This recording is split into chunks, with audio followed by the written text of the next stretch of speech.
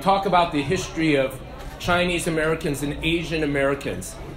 There's only been one nationality where they have discriminated so patently in regards to immigration practices. It was the Chinese. And we know that we need to change the future direction so that discrimination that earlier generations face does not come and return and impact future generations of Asian Americans or others. CCBA has stood long and hard to make sure that they brought strength within the community and reached out to others so people understood the extraordinary achievements, hard work, and success and contributions that this community has provided not only to the state of California but to the United States of America. So I am so honored to have this group of leaders, to have the organizational support for my campaign for governor. And I want to make sure that CCBA's longtime work is supported by the governor, is led by the governor. What we do is, as Jimmy mentioned, is absolutely transformative.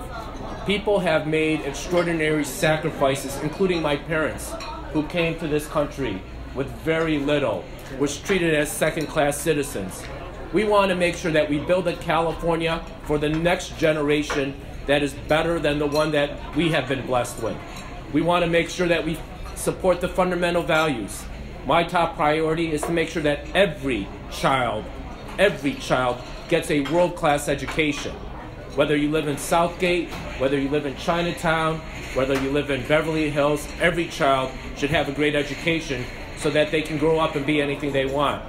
Secondly, and what separates me from others, is that I've been fighting the housing crisis today in California. Too many good Californians live in poverty or live under underpasses because they don't have housing. Since I've been your state treasurer, I've increased affordable housing, new and rehabilitated, by over 80%. I want to get to the governor's office to make sure that we finish that responsibility, to make sure that we don't have people struggling with extraordinary rents, can't buy houses, or living on the streets.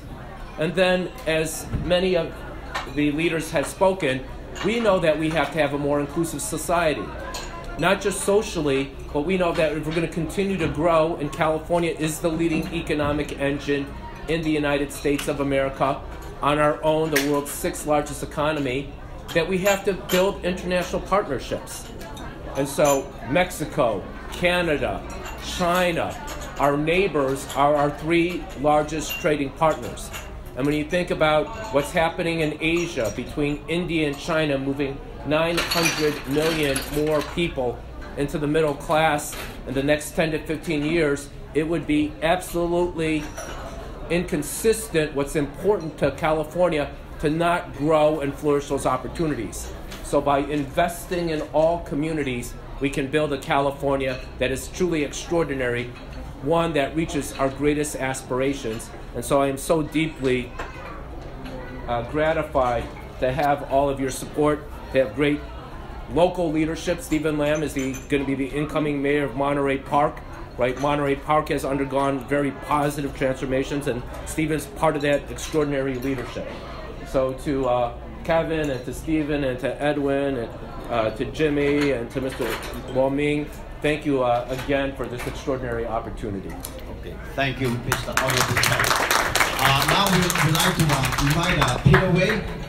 You have a few famous community